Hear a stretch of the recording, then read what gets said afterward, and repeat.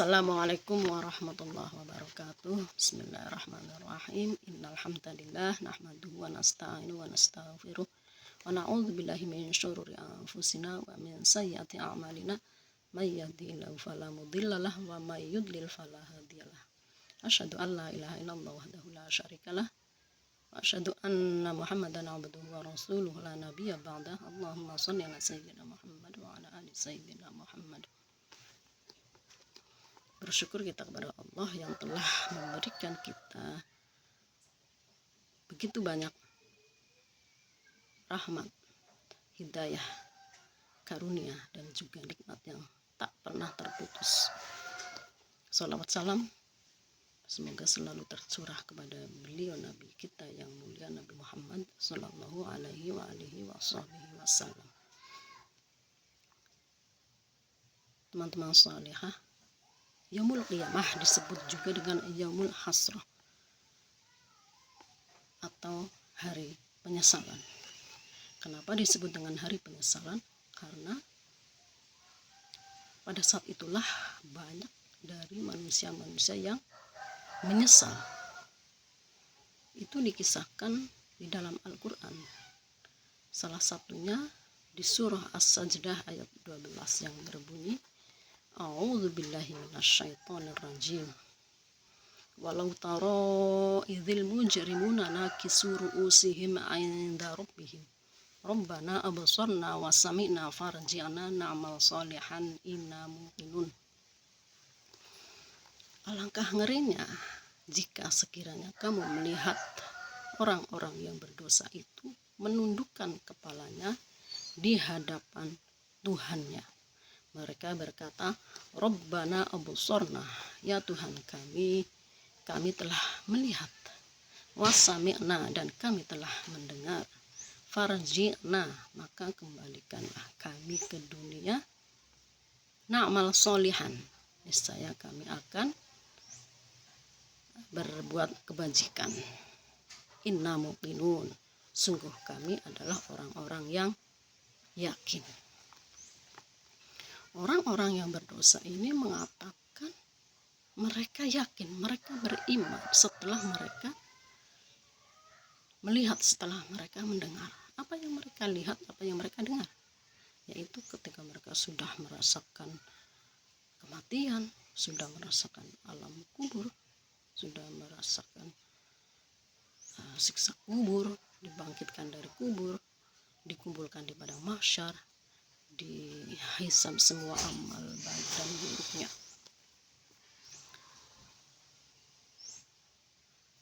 Lalu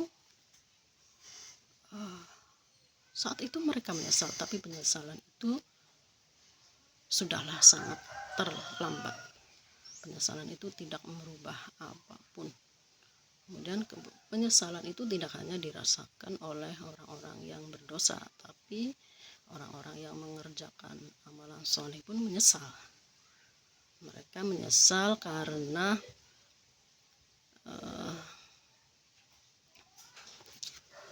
tidak maksimal atau tidak optimal dalam mengerjakan amal soleh. Disebutkan nanti para ahli Al-Quran itu mereka dipersilahkan masuk ke dalam surga, kemudian malaikat menyambutnya dan memintanya untuk membaca Al-Quran. Bacalah dan naiklah. Bacalah dengan tartil sebagaimana engkau membacanya di dunia. Maka ahli Al-Quran ini membaca, kemudian naik, membaca, kemudian naik. Maka semakin banyak hafalan, maka akan semakin tinggi derajat surganya. Inilah yang menyebabkan mereka yang menghafal lebih sedikit ini merasa menyesal kenapa dia tidak menghafal lebih banyak lagi sehingga dia dapat menyamai derajat surga temannya tersebut. Dan juga dikisahkan pada zaman dulu, di zaman Nabi Muhammad, ada sahabat yang bernama Sya'ban radhiyallahu anhu. Dalam sakaratul mautnya beliau mengatakan tentang tiga hal. Yang pertama, aduh kenapa tidak lebih jauh? Yang kedua, kenapa tidak yang baru? Kemudian yang ketiga, kenapa tidak semuanya? Setelah dicari tahu arti daripada ucapan beliau itu, maka diketahuilah bahwa makna dari kenapa tidak lebih jauh adalah jarak antara rumah beliau menuju masjid itu 3 kilometer. Dan Rasulullah mengatakan bahwa setiap langkah seseorang yang menuju masjid itu, satu langkahnya dihitung sebagai satu kebaikan. Maka semakin jauh, semakin panjang langkah itu, maka akan semakin banyak pahala yang ia dapat. Maka disitulah sahabat Nabi itu mengatakan, mengapa tidak lebih jauh? Kemudian yang kedua, beliau mengatakan, mengapa tidak yang baru? Suatu saat beliau menuju masjid, beliau mendapati seseorang yang kedinginan. Kebetulan pada saat itu beliau mengenakan 2 lapis pakaian. Lapis yang pertama yang di dalam, lapis bagian dalam itu baju yang baru, lapis bagian yang luar itu pakaian yang lama. Kemudian diberikanlah pakaian yang lama itu kepada orang yang kedinginan tersebut. Dan di saat sakaratul mautnya beliau mengatakan, aduh, kenapa aku tidak memberikan baju yang baru? Kenapa dia memberikan pakaian yang lama? Kemudian yang ketiga, beliau mengatakan, kenapa tidak semuanya? Ketika satu saat beliau akan makan dan datanglah seorang pengemis, lalu diberikannya roti, separuh dari roti yang akan beliau makan itu kepada pengemis, dan beliau mengatakan, kenapa tidak semuanya? Begitu beliau melihat pahala daripada sepotong roti yang diberikan itu, maka beliau menyesalinya, kenapa tidak memberikan semua roti itu kepada pengemis.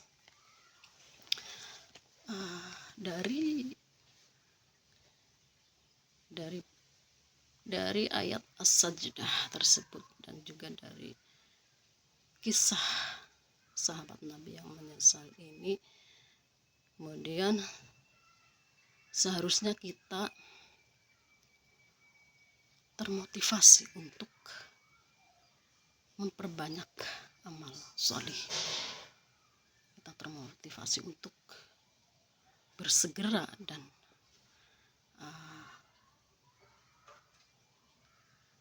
berbuat tidak pernah menunda amalan soleh itu. Rasulullah sudah mencontohkan kepada kita amalan-amalan soleh itu. Salah satunya yaitu raqnatal fajri khairum minad dunya wa ma fiha.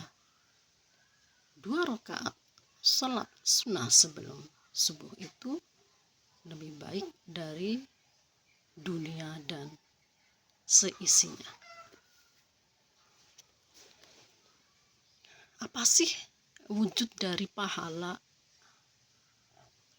2 rakaat sebelum subuh itu? Saat ini kan kita mungkin belum bisa mengetahuinya,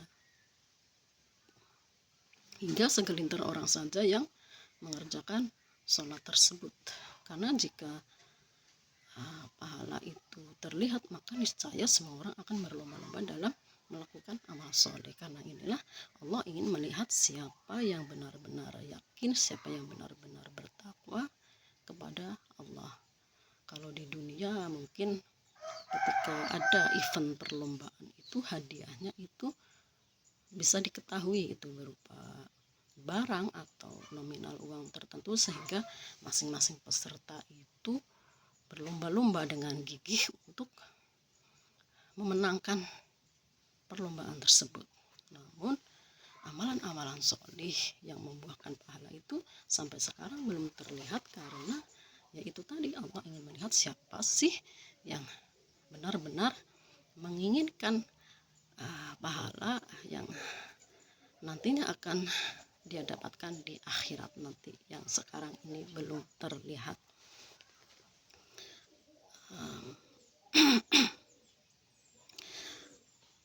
Kapan kita bisa melihat wujud daripada pahala itu? Yaitu saat sakaratul maut. Seperti halnya sahabat Nabi tadi yang melihat pahala daripada amalan-amalannya itu, sehingga beliau menyesal kenapa tidak memberikan yang terbaik, melakukan yang terbaik. Saat sakaratul maut itu dibukalah hijab dari penglihatan kita, sehingga nampaklah pahala-pahala dari amalan kita tersebut. Dikatakan juga sakaratul maut ini sebagai awal dari penyesalan. Maka sebelum sakaratul maut itu tiba, seharusnya kita berusaha mengoptimalkan amalan kita. Jangan pernah menunda-nunda amalan, bersegera dalam amalan. Dan bayangkanlah bahwa amalan itu adalah amalan terakhir kita. Kita bayangkan tidak ada lagi kesempatan untuk melakukan amalan soleh tersebut. Ketika ada orang yang datang membutuhkan pertolongan kita, maka kita akan segera menolongnya. Atau kemudian saat kita akan mengerjakan sholat, kita bayangkan itu adalah sholat terakhir kita, sehingga kita mengerjakan sholat itu dengan sebaik-baiknya. Semoga kita adalah termasuk orang-orang yang berlomba-lomba dalam kebaikan, berlomba-lomba dalam fastabiqul khairat, berlomba-lomba dalam mengumpulkan bekal untuk pulang kita ke akhirat nanti. Amin amin ya rabbal alamin. Demikian, semoga bermanfaat. Kebenaran itu datangnya dari Allah, dan kesalahan murni dari saya sendiri. Wallahul muwafiq ila aqwamid thariq. Subhanakallahumma wa bihamdik, asyhadu an la ilaha illa ant, astaghfiruka wa atubu ilaik. Wassalamualaikum warahmatullahi wabarakatuh.